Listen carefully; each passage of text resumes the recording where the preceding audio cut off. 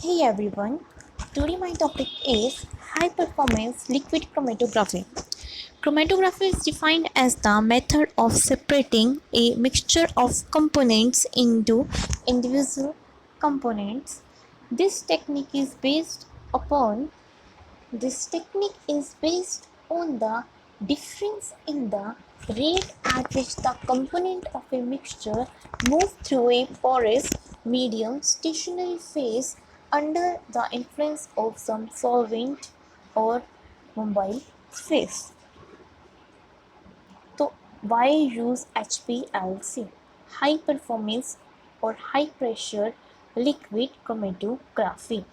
तो हम एच से यूज़ क्यों करते हैं? एक तो ये लगातार एनालिसिस देता है, रेजोल्यूशन पावर हाई है, सेंसिटिविटी हाई है, गुड रिपीटेबिलिटी है, मॉडरेट एनालिसिस कंडीशन है, ईजिली आप फ्रैक्शनेट कर सकते हैं, प्योरीफाई कर सकते हैं, नॉट डिस्ट्रक्टिव है. HPLC was originally referred to as high pressure liquid chromatography since high pressure is applied using a pumping system to the column. तो हाई प्रेशर अप्लाई किया जा रहा है पंपिंग सिस्टम में कॉलम का यूज़ करके. जो प्रेशर वर्क कर रहा है by forcing the mobile phase through at much higher rate increasing the resolution power. The pressure works by forcing the mobile phase through at much higher rate increasing through resolution power. Due to its high efficiency and performance, high pressure liquid chromatography is referred to as the high performance liquid chromatography. In this technique is worked by the applying the pressure. You have to be seen here the mode of liquid chromatography. Here LC is liquid chromatography mode, packing material, mobile phase, interaction. So liquid chromatography mode, normal phase chromatography. In normal phase chromatography, packaging mode is silica gel, mobile phase is N-hexane, interaction is between adsorption. Reversed phase chromatography, silica C18, MeOH water, hydrophobic.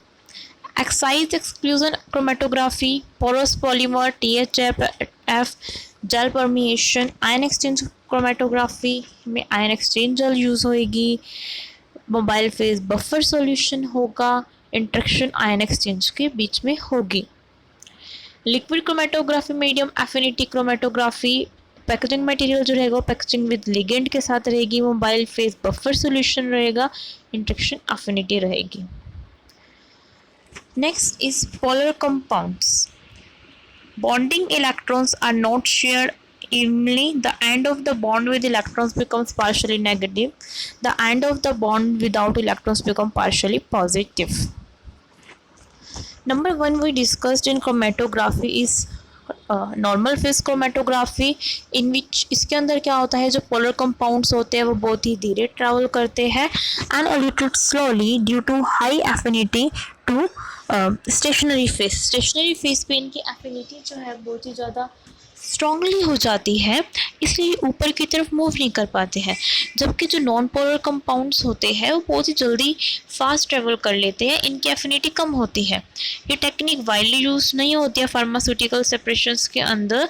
इसमें आप देख पा रहे हैं कि अब जो polar stationery face है वो पोलर हम लेते हैं, नॉर्मल फेस के अंदर मोबाइल फेस नॉन पोलर लेते हैं. तो इसलिए अगर कोई हमारा पोलर कंपाउंड है तो पोलर पोलर के साथ इंट्रैक्शन हो जाएगी तो वो नहीं घूम पाएगा, बट जबकि नॉन पोलर घूम पाएगा. तो normal phase chromatography as you seen है, नॉर्मल फेस क्रोमेटोग्राफी में इंट्रैक्शन रह रही है पोलर के बीच, आयंस के बीच में.